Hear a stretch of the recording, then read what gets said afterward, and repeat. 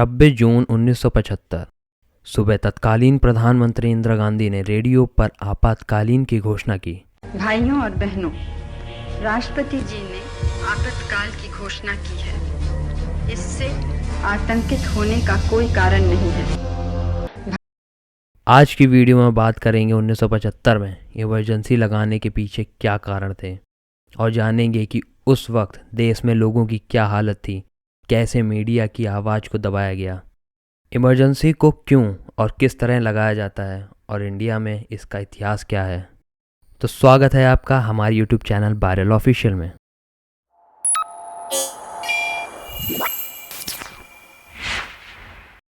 तो साधारण भाषा में समझते हैं। फेडरल सिस्टम में स्टेट गवर्नमेंट और यूनियन गवर्नमेंट सेपरेटली डिस्ट्रीब्यूट रहती हैं। उसे डिवीज़न ऑफ पावर कहा जाता है।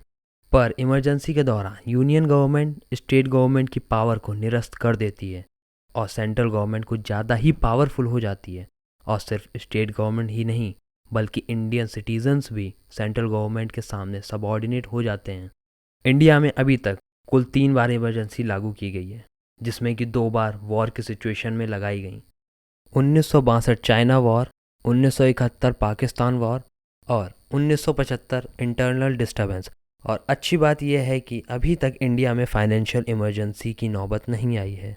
28 जून 1975 ये कोई आम दिन नहीं था। हाथ में जब इंडियन एक्सप्रेस पढ़ने के लिए न्यूज़पेपर खोला, अरे ये तो एडिटोरियल पेज पूरा खाली था। और आखिर ऐसा क्यों? भारत एक लोकतांत्रिक देश है और इस लोकतांत्रिक देश में मीडिया को चौथा स्तंभ माना गया। और ये वक्त था जब इस लोकतंत्र में इस चौथे स्तंभ की स्वतंत्रता को छीना गया। और इसके पीछे की वजह थी इमरजेंसी। जी हाँ, वही इमरजेंसी जिसे भारत को काले लोकतंत्र से जाना जाता है।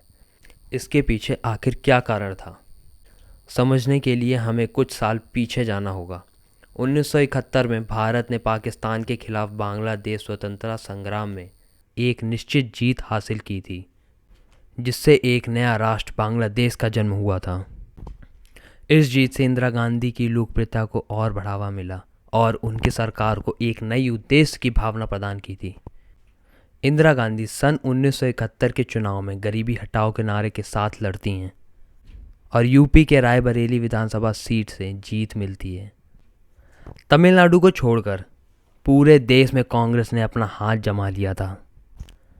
अपने बढ़ते हुए लोकप्रियता से इन्होंने 2 बड़े फैसले लिए, एक प्रिवी पर्स और दूसरा बैंक का नेशनलाइजेशन। पर उनके ये बड़े 2 फैसले सुप्रीम कोर्ट ने खारिज कर दिए और इससे वो नाखुश थीं। लेकिन दूसरी तरफ देश में महंगाई, करप्शन, भुखमरी जैसी स्थिति जन्म ले रही थी। कई राज्यों में सूखा पड़ गया था, जिसमें कि एक राज्य था गुजरात। 20 नवंबर 1971 में स्टूडेंट ने बढ़ते हुए खाने के रेट्स के गुस्साए सरकार के खिलाफ आंदोलन शुरू किया। उधर बिहार में 18 मार्च 1974 में स्टूडेंट ने प्रोटेस्ट किया, जिसमें पुलिस एक्शन में 3 स्टूडेंट्स मारे गए। इसकी खबर फैलने से लोगों के अंदर गुस्सा फूटा और 23 मार्च 1974 बिहार बंद का ऐलान किया गया। कई स्टूडेंट्स को जेल में डाल दिया। जयप्रकाश नारायण, जो कि एक फ्रीडम फाइटर रह चुके थे, उन्होंने इस मूवमेंट की कमान संभाली और उन्हें देश भर में आंदोलन की घोषणा कर दी। नारायण सरकार के प्रति बढ़ते हुए विरोधी बन रहे थे और उन्होंने सामाजिक और आर्थिक बदलाव लाने के लिए टोटल रेवोल्यूशन की मांग की थी। 1974 में नारायण ने सरकार के खिलाफ आंदोलन शुरू किया, जिसे जेपी मूवमेंट के नाम से जाना जाता है। मई 1974 समाजवादी लीडर जॉर्ज फर्नांडिस के द्वारा रेलवे हड़ताल की घोषणा की गई। जून 1975 में इलाहाबाद कोर्ट ने फैसले में दिया कि इंदिरा गांधी की 1971 की सांसद में चुनाव जीत गलत तरीके से हासिल की गई थी। कोर्ट ने उन्हें पब्लिक ऑफिस को 6 साल तक संभालने से मना किया था। इसके बाद ये केस सुप्रीम कोर्ट पहुंचा। 24 जून 1975 यानी इमरजेंसी से 2 दिन पहले सुप्रीम कोर्ट जज वी.आर. कृष्ण अय्यर ने अपना फैसला सुनाया। इलाहाबाद हाई कोर्ट के फैसले को सही बताया, लेकिन इंदिरा गांधी को पीएम बने रहने की छूट दी। जेपी मूवमेंट और भी ज़्यादा बढ़ रहा था। सारा ओपोजिशन जेपी मूवमेंट के साथ थे। 25 जून महज एक दिन पहले नारायण ने बढ़ते हुए सैलाब में नारा दिया, सिंहासन खाली करो, देखो जनता आती है। इंदिरा ने इंटरनल डिस्टर्बेंस को देखते हुए अपने सलाहकारों की मदद ली और 25 जून 1975 की आधी रात को देश में नेशनल इमरजेंसी लगा दी। इंदिरा गांधी ने नेशनल इमरजेंसी लगाने के पीछे कारण बताया। पहला कारण आंतरिक अशांति को कंट्रोल करना था, दूसरा कॉन्स्टिट्यूशनल राइट्स, तीसरा फ्रीडम ऑफ स्पीच और चौथा फ्रीडम ऑफ प्रेस पर रोक लगा दी। इमरजेंसी के दौरान हजारों लोगों के बिना ट्रायल के गिरफ्तार किया गया और कई विरोधी नेता जैसे जयप्रकाश नारायण को भी गिरफ्तार किया गया।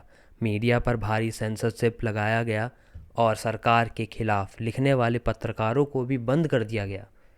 इमरजेंसी ने भारतीय लोकतंत्र और समाज पर गहरा असर डाला था। यह एक ऐसी अवधि थी जिसमें शासनवाद, मूल अधिकार और नागरिक स्वतंत्रताओं की उल्लंघन की घटनाएं देखी गईं। तो कमेंट में बताइए आपको क्या लगता है कि आगे आने वाले समय में भारत को फिर से काले लोकतंत्र का सामना करना पड़ेगा। अगर ये वीडियो आपको अच्छा लगा तो इस वीडियो को लाइक करें और ऐसे ही नई जानकारी के लिए हमारे यूट्यूब चैनल को सब्सक्राइब करें और हाँ, बेल आइकन को दबाना ना भूलें। आपका अपना बहुमूल्य समय देने के लिए धन्यवाद।